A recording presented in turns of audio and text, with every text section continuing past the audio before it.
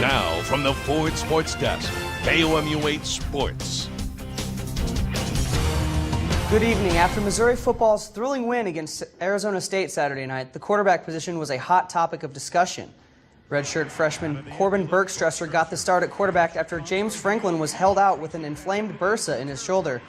Bergstresser went 21 for 41 for 198 yards and rushed for a touchdown. While Franklin has received some national attention for his decision not to play, Missouri football coach Gary Pinkel today left a message for those questioning Franklin's toughness. I have never made a medical decision ever. I've never went up to a trainer ever since I've ever been coaching and even said, get a guy ready. Not once. Anybody that questions James Franklin's toughness, they have to have been in a coma for the last 2 years. So he's one of the toughest athletes I've ever been around. Going into the decision, I definitely was a little torn because I didn't want to let my teammates down, but at the same time, I didn't feel comfortable with it, so I didn't want to do it. If you have a shoulder injury, it's a little bit different for other positions because they don't necessarily have to throw the ball, and then that can hurt with accuracy. And I know the quarterback position, if I can't make a throw, if I can't put enough on it, it can get undercut. The Tigers travel to South Carolina to play the 7th-ranked Gamecocks this weekend, and so far the safeties are the ones stealing the headlines. For Mizzou, it's good news. Kenronte Walker won SEC Defensive Player of the Week. Walker's clutch play down the stretch against Arizona State sealed the win for the Tigers, including this interception to ice the game. For South Carolina, the news is, well, not so good. Starting safety DJ Swearinger has been suspended for the game against Mizzou for a helmet-to-helmet hit this past weekend against UAB. It's a big loss for the Gamecocks defense as Swearinger was the second leading tackler for SC last year.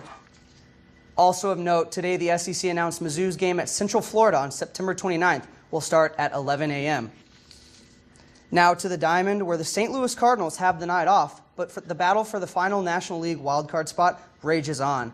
The Cards cling to that final wildcard spot by just a single game over the Dodgers. If St. Louis has one thing in its favor, it's a soft upcoming schedule. Over the next 9 games, the Redbirds will face the last-place Houston Astros 6 times and play 3 games against the Cubs. Week 4 of Friday Night Fever is in the books. Here's a look at this week's nominees for F&F Play of the Week.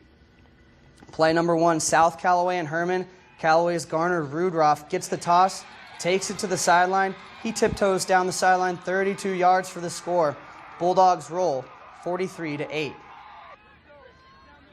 Play number 2, Blair Oaks at Southern Boone. On the opening kickoff, Blair Oaks, Derek Otto gets through untouched. Lots of blockers, nobody to block. Okay, one guy touched him, returns it 93 yards for the touchdown. Blair Oaks cruises 43-18. And finally, Versailles at Osage. Osage quarterback Bodine scrambles right. And how about we take this back to the left across the field, a la Reggie Bush, for a 52-yard score. Indians win 47-24. Log on to KOMU.com/FNF to vote for this week's Friday Night Fever Play of the Week. And that's sports. Well, they sure